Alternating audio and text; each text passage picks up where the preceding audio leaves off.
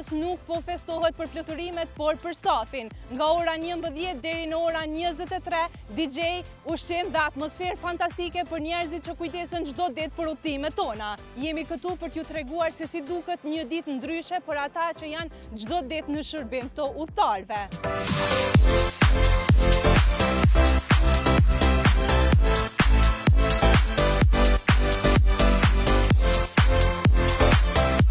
Eventet të tilla apo një event i tillë organizohet çdo vit në aeroportin ndërkombëtar të Prishtinës. Kjo është si shenjë falënderimi, edhe pse punonësit meritojnë shumë më shumë se sa një festë. Është si shenjë falënderimi për të ngritur motivimin dhe për t'i bërë punëtorët që të ndihen të vlerësuar, pasi që të gjitha sukseset e aeroportit ndërkombëtar të Prishtinës janë si rezultat i punës ekipore dhe si rezultat i punës së secilit punonës i cili është antar i aeroportin ndërkombëtar të Prishtinës Adem Jashari. Gjatë këtij eventi një ditor i cili është zgjat pothuajse rreth 16 orë në mënyrë që të përfshihen të gjitha ndrimet të cilat punojnë në aeroportin ndërkombëtar të Prishtinës. Kemi lojra të ndryshme, kemi tjera argëtuese siç është muzika, kemi më pas edhe partnerë tjerë që i bashkangjitën kësaj feste.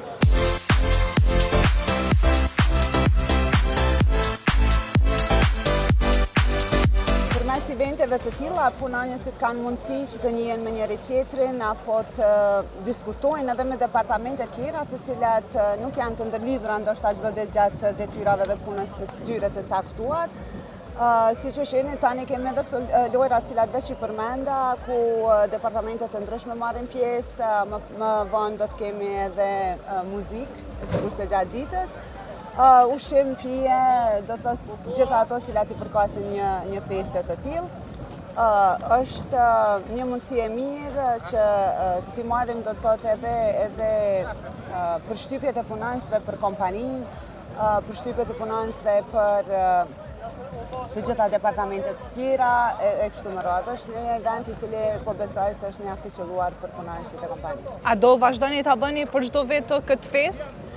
Ne çdo vit jemi duke organizuar këtë festë për pas festës së fundvitit ku gjitha kompanitë në Kosovë që dini e festojnë. Kjo do të jetë një festë tradicionale, cilën do ta kemi për herë në aeroportin e Prishtinës dhe e cila do të organizohet vetëm për ata të cilët presin dhe për cilën udhëtarët e aeroportit ndërkombëtar të Prishtinës.